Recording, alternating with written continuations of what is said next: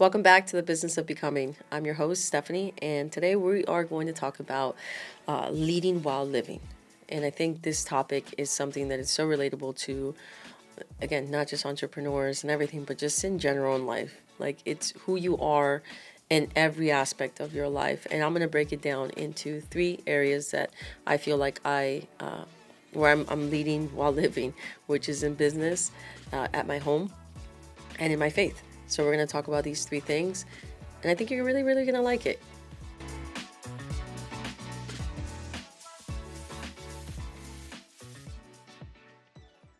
So I lead mostly men in a male-dominated industry.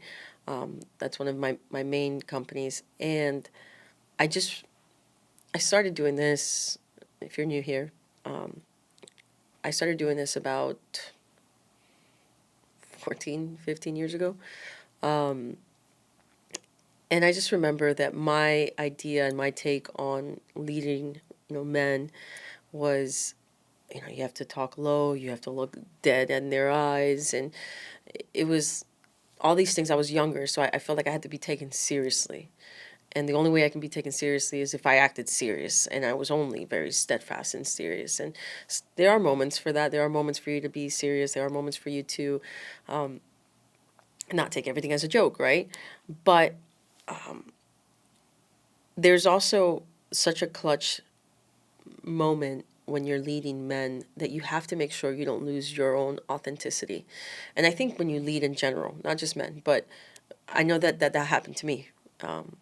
I hired my first employee, and I was just very like structured and very like ruthless, and I felt like that's what men are used to. That's what men see that leadership is, right? People just cut throat and they don't care. And as I started expanding my team, I started realizing that that wasn't genuinely who I was. It wasn't my character to be. I was very strict in many things, and that is cool. I am organized. I am very goal driven and structure driven, but the way I lead is not just that way. There's more to it. And I would realize as I was walking to conferences or walking to meetings, like my whole tone and persona would change. I started really young. So I had a very like kid-like voice. I started making cold calls when I was a teenager. So I sounded like a child. And every time I would talk, I would lower my voice, like I mentioned earlier. So sometimes I even catch it till this day where when I get a phone call and I'm on the road or I'm traveling, my voice changes and it kind of goes into like that operator voice and it like lowers an octave. And I pick myself up and I'm like, wait, hold on. Like, be you, because you is great and you can't afford to lose your authenticity. It is it is why people go to you. And look at the other episodes that I had before. I talk so much about it because it's so important. I've noticed as I've grown and been in this industry for a while that specifically when leading men, right? It, your tone or your title doesn't force anybody to follow you at all.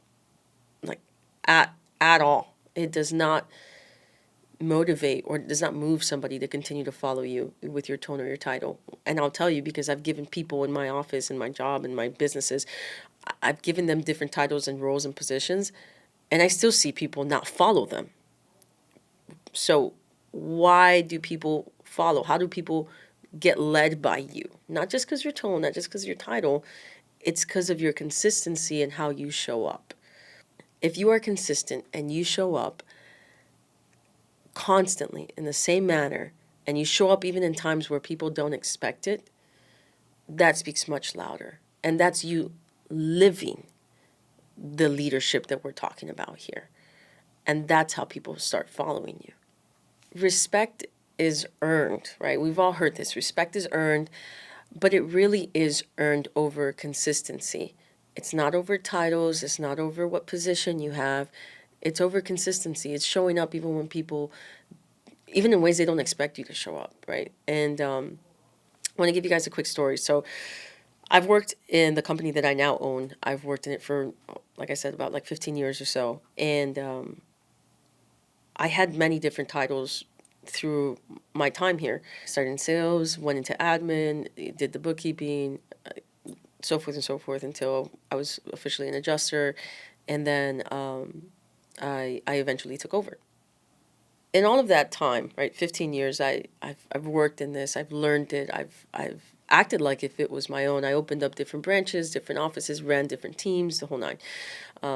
Up until 4 years ago or so, the position and the opportunity came for me to purchase it. I remember when everything happened and officially I took over and the transition was going on. I had already ran different offices where I had my own separate team and my own separate staff, and the culture that we already had, was very like the culture that I wanted to bring into the main office, right? The whole company, not just the offices that I was running. And I'll never forget that first meeting that I had explaining, having the previous owner explain to them, hey, we're doing a transition and, Steffany, is now going to be leading the company. Um, and I remember my staff, my team, they were obviously excited. They're like, yeah, we've been led by her for all these years and we're super pumped. But the other guys who were at that point my colleagues, right? They they were not super supportive, like at all. I'll never forget that meeting. I just remember it was me by myself as a girl and the rest of like these 15 men, and they were just all like beady eyes, like straight at me, like, what is this girl going to be able to give me or teach me? Like, we were colleagues, right? Even though I was there longer than most of them, but still, I still felt that, like, what is she going to give me? What is she going to teach me that I don't already know? We were being led by the same, person before. I already knew that I was going to have some challenges and some battles and whatnot, so I wasn't afraid of that. But what got me was, okay, I got to earn their respect now, not just as their colleague, because I had their respect as a colleague. I have to earn their respect as their boss now. And that took a lot, like, that took time. That wasn't just, oh, now I'm the boss, so you got to respect me. Not at all. This is one thing I really want to highlight. Your role, your title has absolutely nothing to do with you as a leader. It can motivate you to be a better leader. It can maybe get somebody who doesn't know anything about the company to maybe say, okay, well, this person may have the answers, but your title and your role has nothing to do with how you lead.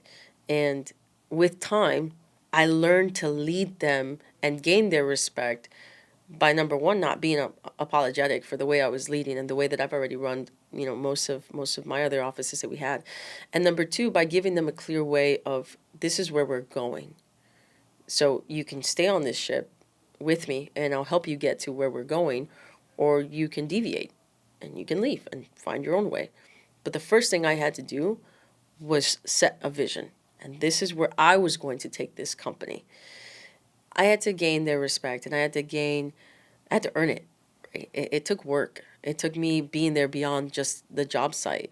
It took me being there and gaining their respect outside of just being their colleague, now being their boss. And I just remember very clearly there were so many things I started to do to earn that from them. And it wasn't just an expectancy that I expected them to respect me. I worked towards that, right? Even though I knew who I was and I knew where I was coming from, I was not apologetic for leading them, but I learned how to lead them through things that I had already done with my previous staff.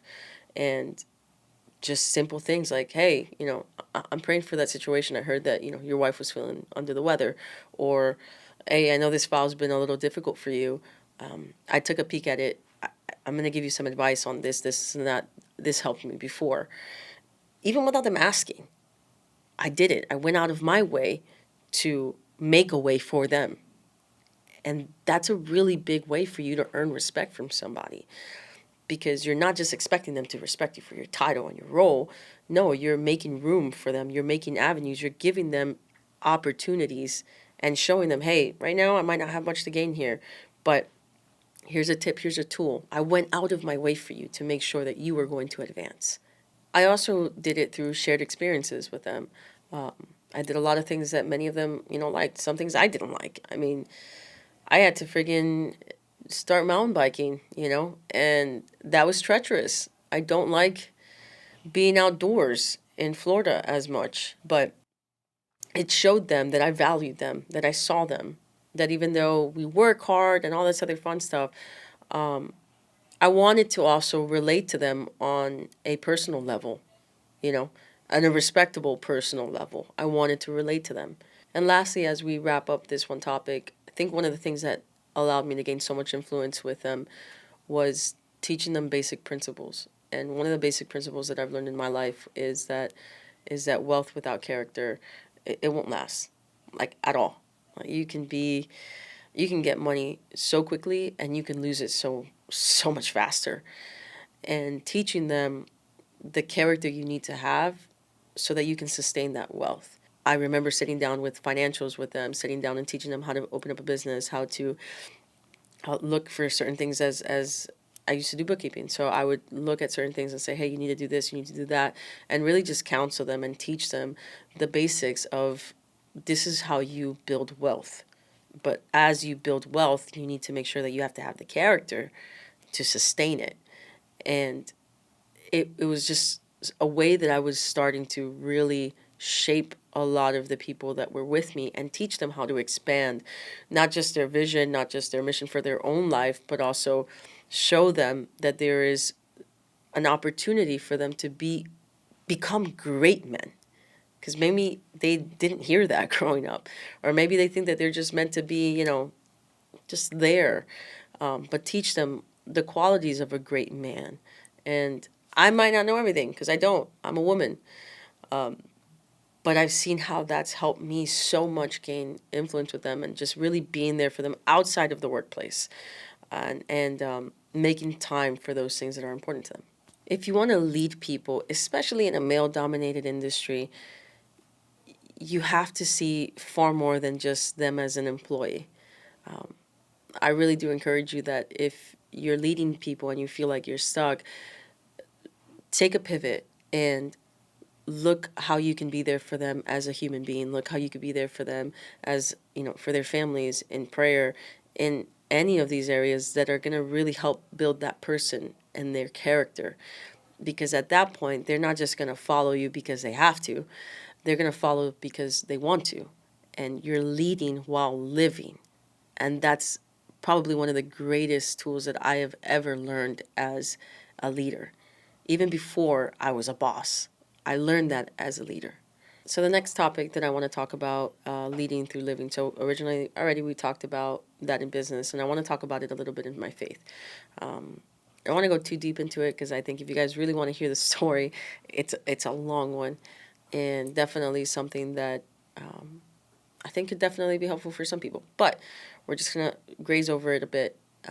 I have known the Lord since I was 11. I had a crazy radical encounter. I'm the youngest of four, and I didn't realize how important these principles that I learned so young and then throughout my life in faith, that they would become so pivotal and so important as an actual leader in not just certain ministries, but in business and as a mom and as an entrepreneur. Those principles were so important on how I led all of these areas in my life. Don't quote me because I'm not a theologian, but I know that there's a Bible verse that talks about that we didn't come here to be served, but to serve. That speaks volumes in different ways in my life because it allows me to not come with an arrival mentality or you know some of those kids nowadays that come in with that mentality of like they deserve it, right? Or just being ungrateful. And living that way has allowed me to really like see things from a different perspective in everything. I mean, I can even go from my youth. I play basketball and I was in a basketball team, and I just remember I would always be practicing, whether I was the best on that team or I wasn't. I would do two-a-days. I would, go to extra practices. I remember I would talk to the like assistant coach and I'd be like, hey, can you like coach me for, an hour before practice today? And one thing that my main coach told me that I'll never forget, and I take this everywhere with me till this day, was you'll go so far with a teachable spirit. And I was in public school, so this man was not Christian. This man was not any faith driven person. But that in itself weighed so much on me. And I took that with everything. Even as I led this company, even as I was just an employee here, I just remember always having a teachable spirit. Even now that I own several businesses and all this other, amazing accomplishments, I still have a teachable spirit because I don't know everything and I don't want to know everything.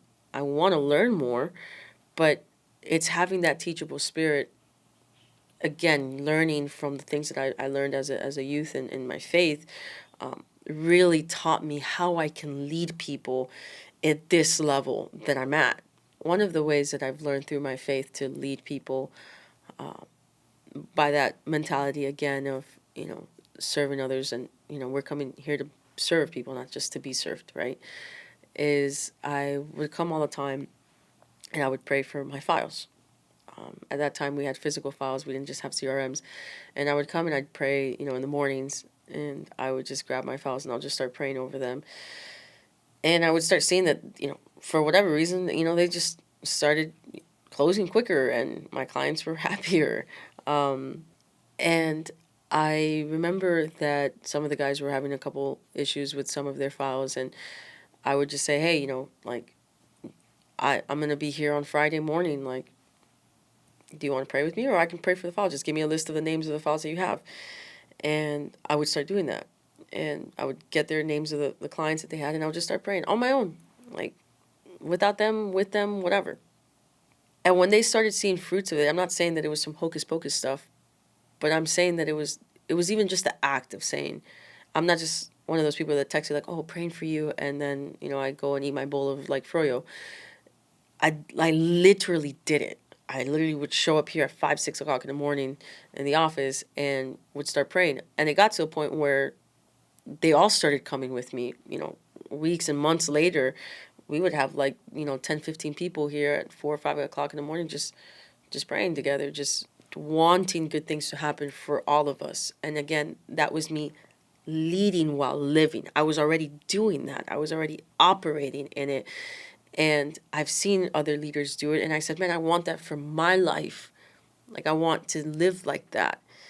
And then me looking at other people doing it and then applying it for myself allowed me to trickle down to the people that I was now leading, them now to do that, and having them experiencing those things and seeing breakthroughs and seeing all these also, like, amazing things, really allowed them to also see that I was there for them outside of just their boss, you know? Remember, we're talking about leading while living. So people are going to start seeing you in different facets of your life. And those facets that are extremely important to you are going to ooze out no matter what, like you as a parent or you in your faith. So you want to lead them and don't defer them from seeing you as someone negative in that. Because if you say, yeah, well, I'm super faith driven and this and that, and, you're not leading them with a good example, then you start losing influence with them, because now they're going to be like, well, and you don't need to be the perfect Christian, because my staff knows I am definitely not, like, at all. I try. Even as a parent, you can't say that you're a parent and then, you complain about it all the time. And you're just like, oh, these freaking kids. And there's moments for that. Trust me. There's moments that you're tested. But when you're around the people that you're leading, you want to always be cautious to not defer them of seeing you in that, role, and that you hate it. Because then you're not setting that good example in your life, just leading them through living as a parent or as any other area, right? And I want to be very clear, especially when we're talking about this, like, leadership is not dominance only. It's stewardship. And that's a principle that I've learned, through my faith, to be a good steward. And we struggle with it all the time, without a shadow of a doubt. But you're not meant to, you don't gain dominance, you don't gain leadership, you don't gain influence by being the loudest person in the room. That dominance, a lot of the times, I would say, kind of creates fear.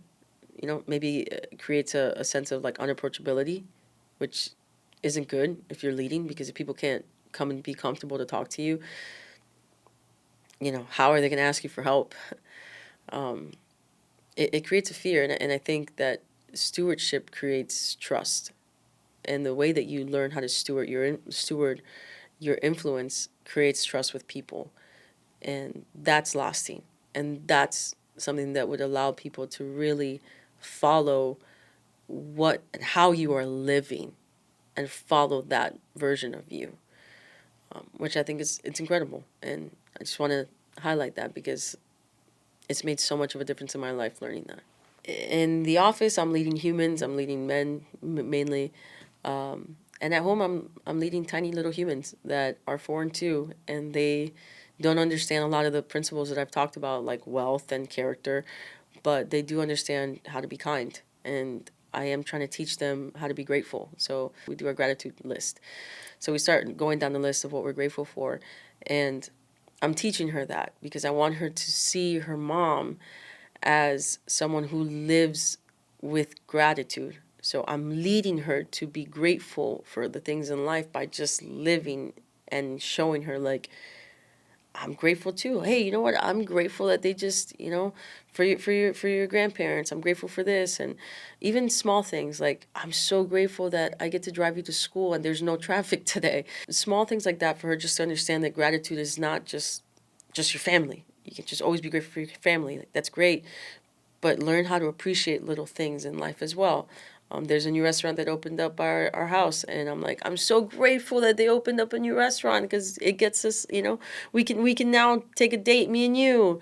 And every time she passes by that restaurant, she says it. I'm grateful for that restaurant, and it's just things like that that I find so amusing. Share a quick story. Outside of that, I do Monday meetings all the time with my staff, and my daughter's witnessed a few of them because she's been here on days that she didn't have school or whatnot. There was one day that we were all here, and it was a little late, and I was leaving. And as I was leaving, I'm trying to look for my daughter, and I'm like, Heidi, where are you? I open the door, and I see her with the lights on, sitting in the chair that I sit in on every Monday meeting. And she's conducting her own Monday meeting.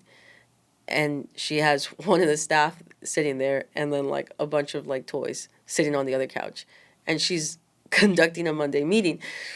And I just looked at her and I was like, what are you doing? And she's like, come, you're late.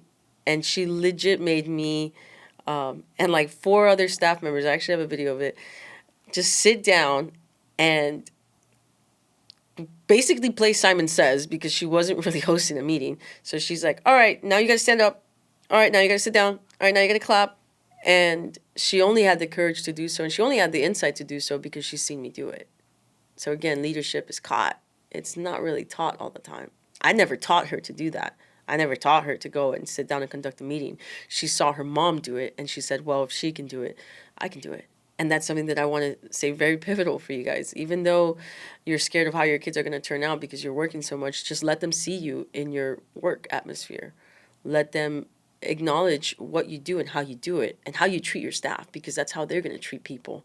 And that's how they're going to look at leadership and say, oh, well, my mom or my dad, they led, 30 or 100 people, but they did it with love. They did it with grace.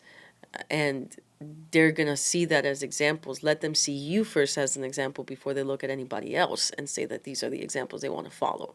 Lastly, I just want to encourage you guys that leadership is already in you. It's not something that you have to go looking for. You just have to learn how to live that in your daily life. You don't need to wait for the perfect moment. You don't need to wait until you have the perfect team, because that's not going to happen. You just have to show up. You have to be ready. You have to be prepared, and you have to learn to do it with grace and give yourself grace as you're doing it, because you are already in a way better position than other people. First of all, if you're even listening to this podcast, you're trying to become better. So kudos to you, my friend, because you're already ahead of it. You're already ahead of other people who don't want to expect to be great, but don't want to work towards being great. And you being, listening and trying to fill yourself, like, you're starting off so much better than others. Start right now, leading from where you are, start leading your team from where you are, show up with your values, show up with your consistency, and you'll see that people will start to turn their heads and say, hey, like, maybe there's something I can learn here too. So with that, I finished this episode. I think it was great. I think there's so many different things that I can really dive deep and dig into. So if you want to write in the comments or DM me and say, hey, I want to really know a little bit more about like your startup, or I want to learn a little bit more on specifically how you lead with men, or I want to really know how you do that as mom in your lifestyle, because I travel a lot and I didn't even touch that topic because we were running out of time, and how I lead while living, especially while traveling, because it's very difficult. Just write it down, let me know, and I'll make sure to make a whole episode about it, because it's really important and it's really great. So like and subscribe. Let me know what you liked about this episode. Let me know what you want to hear more about, and I'll see you on the next one. And hopefully on the next one I won't feel so sick, because I feel not good, but I will be good. That's a wrap.